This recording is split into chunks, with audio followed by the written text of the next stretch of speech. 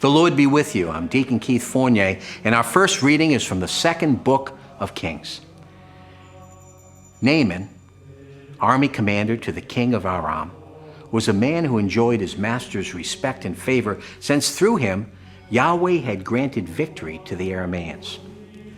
But the man suffered from a virulent skin disease.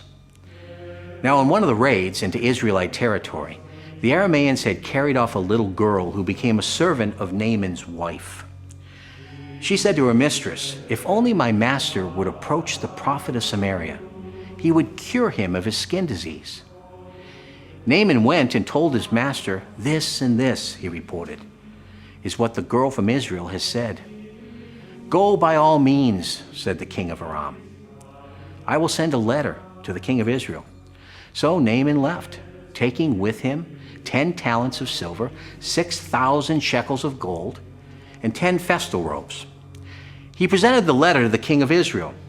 It read, "With this letter, I am sending my servant Naaman to you for you to cure him of his skin disease."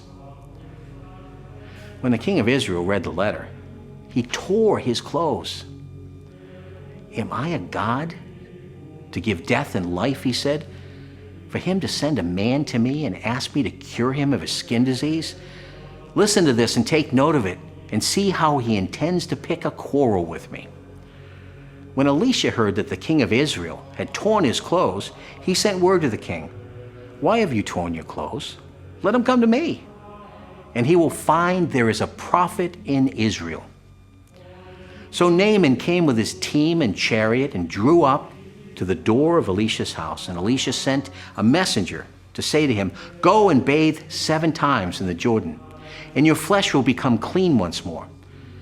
But Naaman was indignant, went off saying, "Here was I, thinking he would be sure to come out to me and stand there and call on the name of Yahweh his God and wave his hand over the spot and cure the part that was diseased.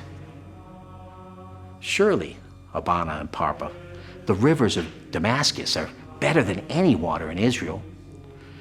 Could I not bathe in them and become clean?" And he turned around and went off in a rage. But his servants approached him and said, "Father, if the prophet had asked you to do something difficult, would you not have done it?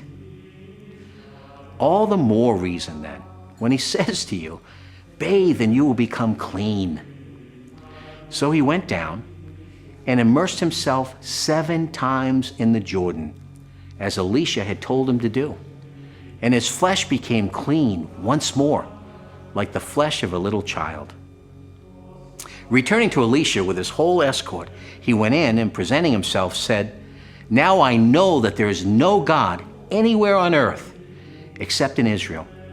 Now please, accept a present from your servant."